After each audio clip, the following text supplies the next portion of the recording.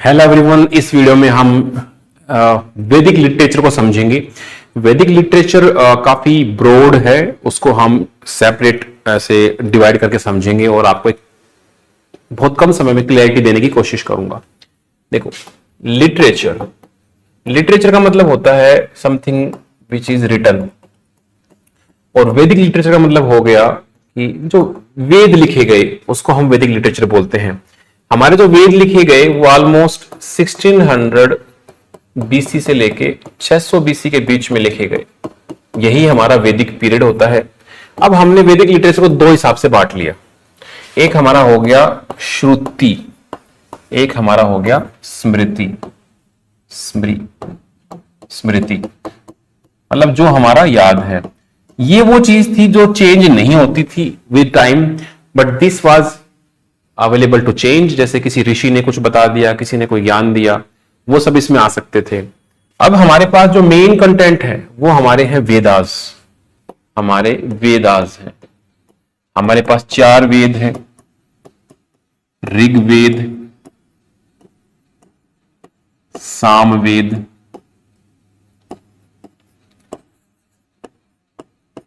यजुर्वेद और अथर्ववेद। ये वेद लिखे गए। ये वेद आपका पहले अर्ली वैदिक में लिखा गया, ये 3 बाद में लिखे गए। इसके अंदर क्या थे? इसमें हिम्स थे, मोस्टली तो भगवान के बारे में स्तुतियां थी।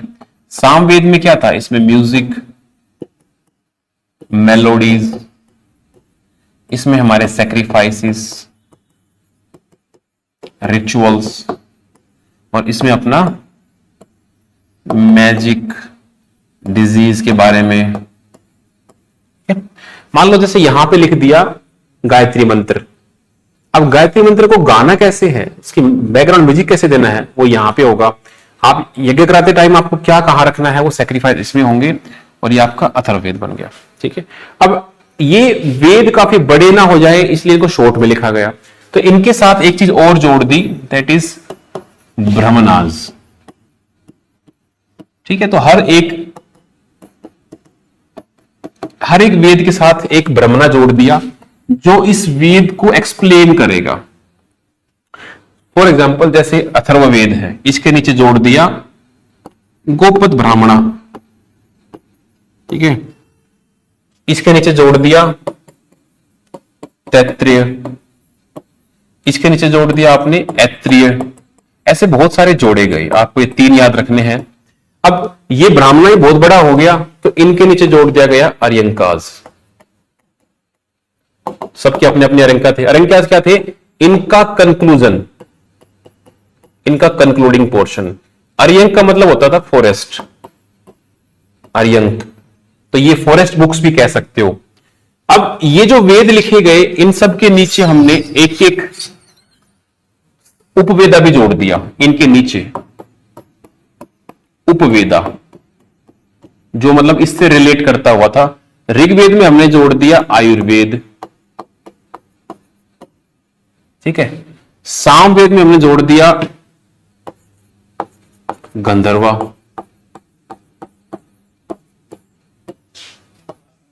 यजुर में हमने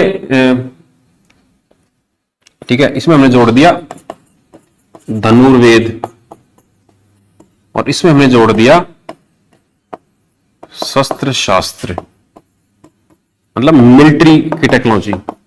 तो दीज वर द 4 वेदास, 4 उपवेदास जो इनसे अटैच किए गए, वो इनके रिलेशन में ही थे। These are the Vedas, these are the Brahmanas, these are the Aranyakas and these are the Upavedas. ये तो हमारे मेन वेदा हो गए। अब वेद के साथ साथ हमें क्या करना था कि आगे बढ़ना था, तो हमने फिर क्या किया कि उपनिषद लिखे। उपनिषद क्या थे? ये काइंड ऑफ फिलॉसफी थी राजाओं की, हीरोज की। उपनिषद, उपनिषद का मतलब होता है मतलब गुरु के पास नीचे बैठ के सुनना। तो ये ज्ञान सिर्फ गुरु उन्हीं को देता था जो उनके फेवरेट स्टूडेंट होते थे या जो क्वालिफाइड होते थे उस ज्ञान को सुनने के लिए। ऐसे हमारे बहुत सारे उपनिषद लिखे गए। हमारे 108 उपनिषद फेमस हैं, जिनमें से कुछ कुछ फेमस है। मान लो मुंडका उपनिषद, कथा उपनिषद, है ना, चंडोग्या उपनिषद, ये कुछ फेमस है। इसमें हमारा क्या लिखा हुआ है, सत्यमेव जयते। कथा उपनिषद में हमारा मृत्यु की कहानी है, ऐसे करके ये अलग अलग लिखे गए। 108 उपनिषद आपने लिख दिए। फिर आपको थोड़ा और एक्सपेंड करना पड़ा तो आपने पुराण लिख दिए। पुराण भी हमारी एंथोलॉजीज, स्टोरीज, कहानियां हैं। आपने 18 पुराण लिख दिए, विष्णु पुराण, गरुड़ पुराण, शिव पुराण, ये सारे, स्कंद पुराण, ये आपके 18 हो गए। अब इसमें भी आपका जो सबसे लॉन्गेस्ट पुराण था दैट वाज स्कंद पुराण। स्कंद पुराण आपको 18 याद नहीं करने हैं, सबसे लंबा कौन सा था वो आपको याद रखना पड़ेगा। एक आपका था गरुड़ पुराण।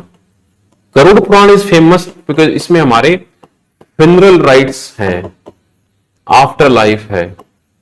जैसे किसी इंसान को मरने के बाद कैसे उसका अंतिम संस्कार करना है, वो गरुड़ पुराण के अनुसार है। जैसे आपने देखा होगा महाकुंभ के मेले में एक ऋषि को जल समाधि दी गई, या कोई छोटा बच्चा मर जाता है 1 साल से कम का, 2 साल से कम का, उसको जलाते नहीं है, उसको दबाया जाता है। जबकि अडल्ट मरता है तो उसको जलाया जाता है। तो ये गरुड़ पुराण में एक्सप्लेन्ड है, आपको 2 ये याद करने हैं। इसमें विष्णु के 10 अवतार भी बता रखे हैं, है ना।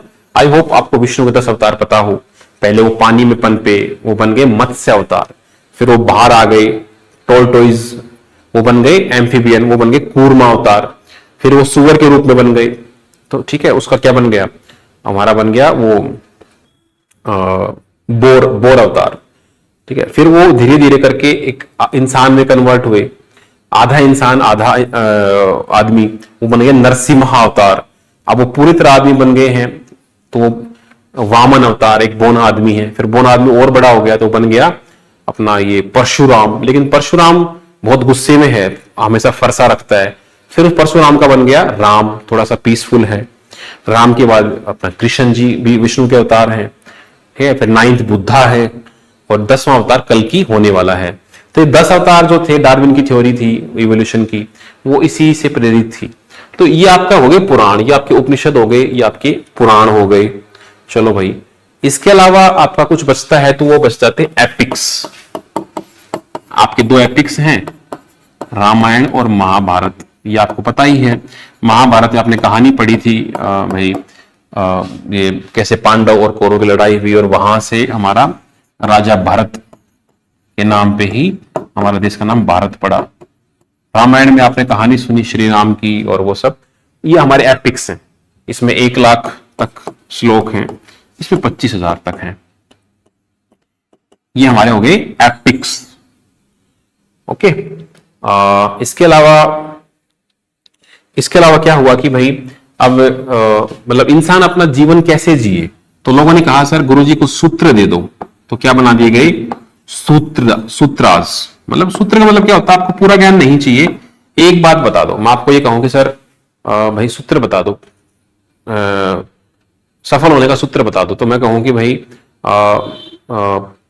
परिश्रम ही सफलता की कुंजी है, तो एक सूत्र बता दिया। तो घर चलाने के लिए आपको क्या बता दिए गए, गृह सूत्रास।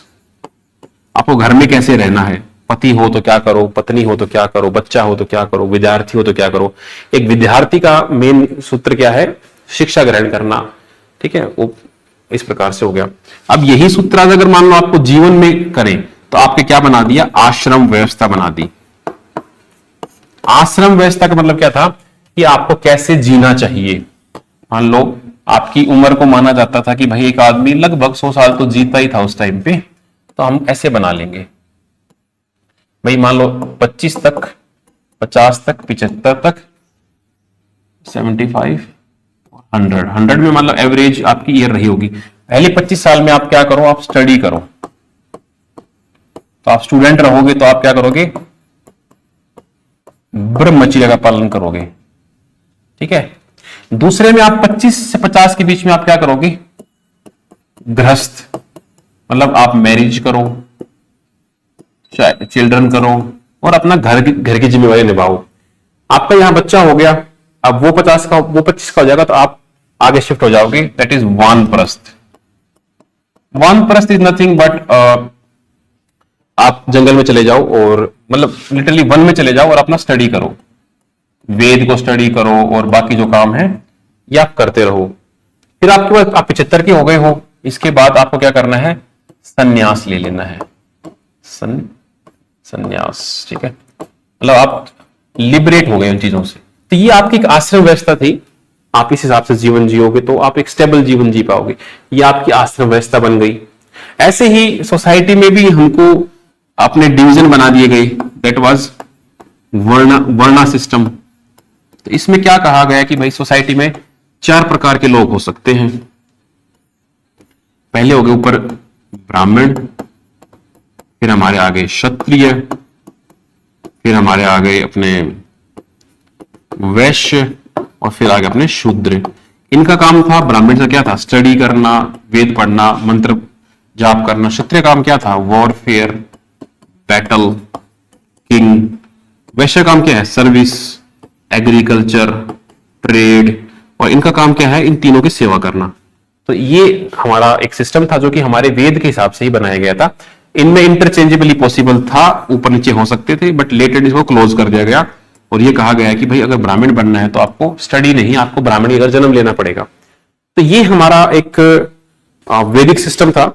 इसमें आपको मैंने बताया श्रुति, स्मृति। अब इसमें थोड़ा सा और आपको मैं एक्सटेंड करके ले जाऊं तो आपके वेदांगाज भी आ जाते हैं। वेदांगाज, वेदों का अंग, मतलब हमने वेदों को पढ़ने की कोशिश करी, जैसे हमारे अंग होते हैं वैसे वेदों के भी अंग होंगे। वेदों की नाक हो सकती है, वेदों का माउथ हो सकता है, वेदों के कान हो सकते हैं, वेदों के पैर हो सकते हैं, और क्या हो सकता है वेदों का और भाई आर्म हो सकती हैं, ठीक है, इनकी आईज भी हो सकती हैं। तो मतलब वेदों को हम पढ़ने की कोशिश करें अलग अलग तरीके से। तो जैसे नोज है, इसको कहा गया शिक्षा।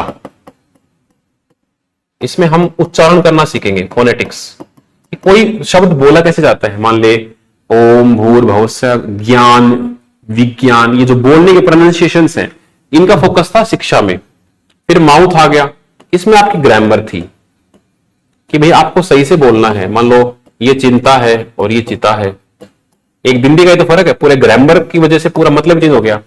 तो आप माउथ का मतलब ग्रामर यूज करते थे। ईयर में होता था निरुक्ता, इसमें आप वर्ड का ओरिजिन ढूंढते थे कि भाई मान लो कोई वर्ड है, मान लो जैसे किसी राजा को हमने कहा गोपति, तो गोपति मतलब क्या हो गया, जो काओ का जो प्रोटेक्टर है। तो हम राजा को गोपति क्यों कह रहे हैं, बिकॉज राजा का काम था प्रजा को बचाना, और वेल्थ गाय होती थी वैदिक टाइम में, तो गोपति बोल दिया, गोपत बोल दिया।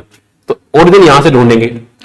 फीट, उसके पैर हो गए, तो इसमें हम होते थे, इसको हम बोलते थे छंदस, ये वैदिक मीटर होता था, ठीक है।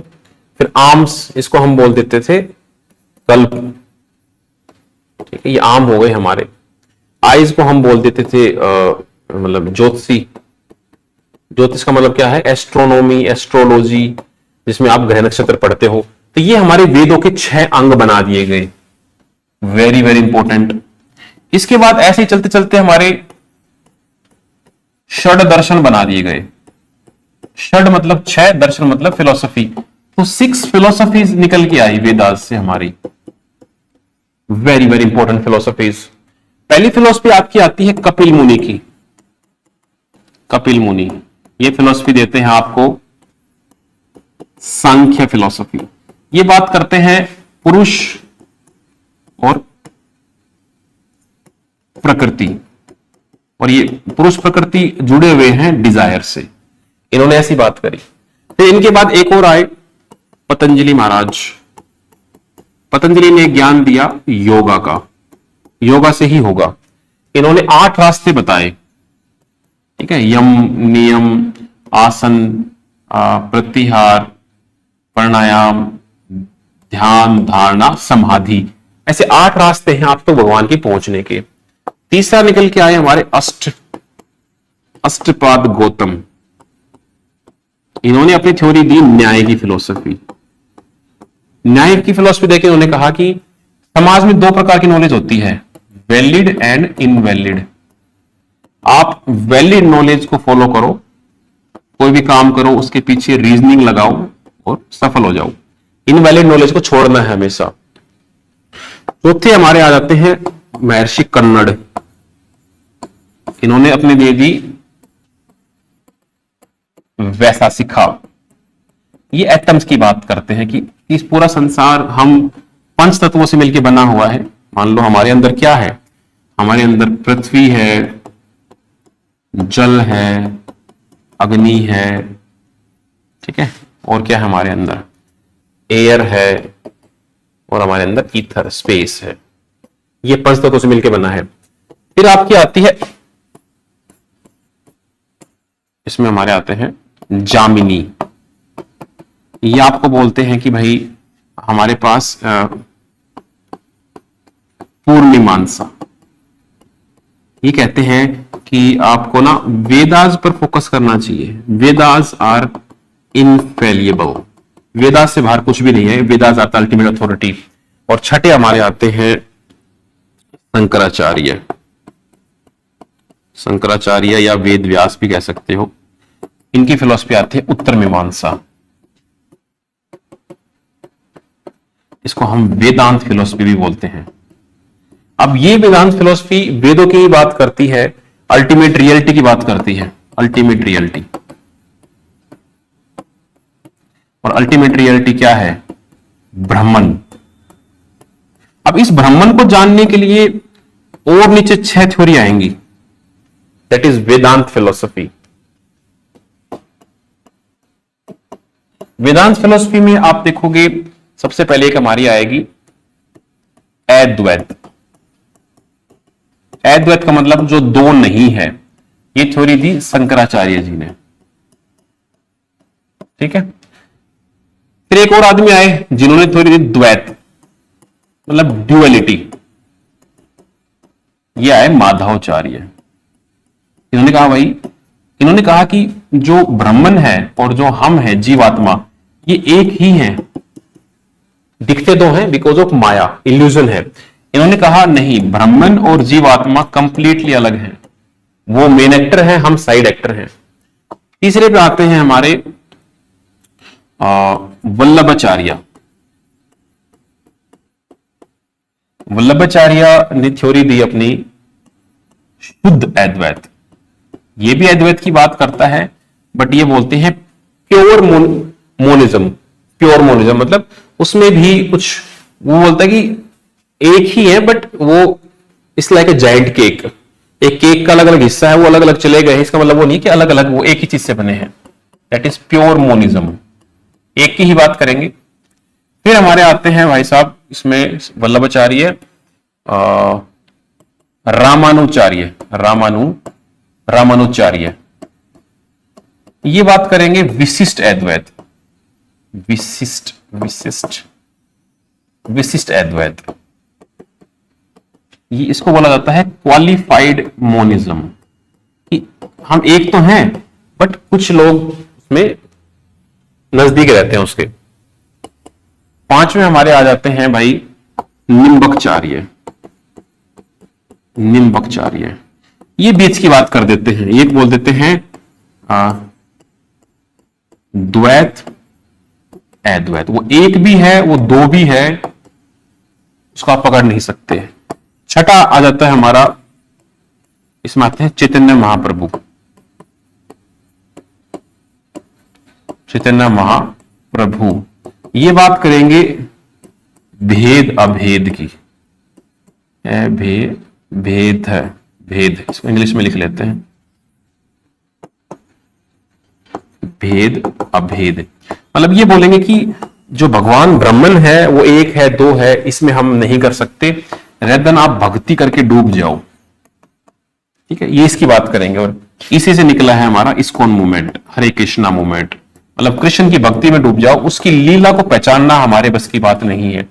ये 6 है हमारे। जैसे ये एक हमारा वल्लभाचार्य हो गया, इसको हम एक नाम और भी दे देते हैं पुष्टि मार्ग। पुष्टि मार्ग मतलब पाथ ऑफ ग्रेस, ये इसका नाम दे दिया जाता है। ये हमारे 6 क्या है, वेदांत फिलोसफी है। इस फिलोसफी को आगे चल के राजा राम मोहन राय या विवेकानंद जी भी फॉलो करेंगे। This is quite popular philosophy. ये 6 हमारी वेदांत फिलोसफी हैं। और इन सबको याद करने का एक सिंपल सा मैंने ट्रिक भी बनाया था कि श्रीमान वीसी, इसको पूरा लिख देता हूं, श्रीमान वीसी साहब, मतलब श्रीमान वीसी। तो शंकराचार्य, रामानुचार्य, माधवाचार्य, निम्बकाचार्य, वल्लभाचार्य एंड चैतन्य महाप्रभु, ये इनकी क्रोनोलॉजी है, पहले कौन आया बाद में कौन आया, ऐसे करके आपको याद रखने पड़ेंगे। तो ये हमारी एक वैदिक फिलोसफी थी, सारी चीज मैंने आपको एक जगह रख दी। और क्लास में जब हम क्लास लेते हैं तो इन सारी चीजों को बहुत डिटेल में विद सिंप्लीफाइड विद ट्रिक्स आपको बताया जाता है। तो आप उसके लिए हमारे बैच में एनरोल कर सकते हैं, डेमो देख सकते हैं। सो आपको वीडियो कैसी लगी, क्या आपको इस टॉपिक पे क्लैरिटी आई और आप किस टॉपिक पर चाहते हैं, और कमेंट करके जरूर बताएं। Thank you.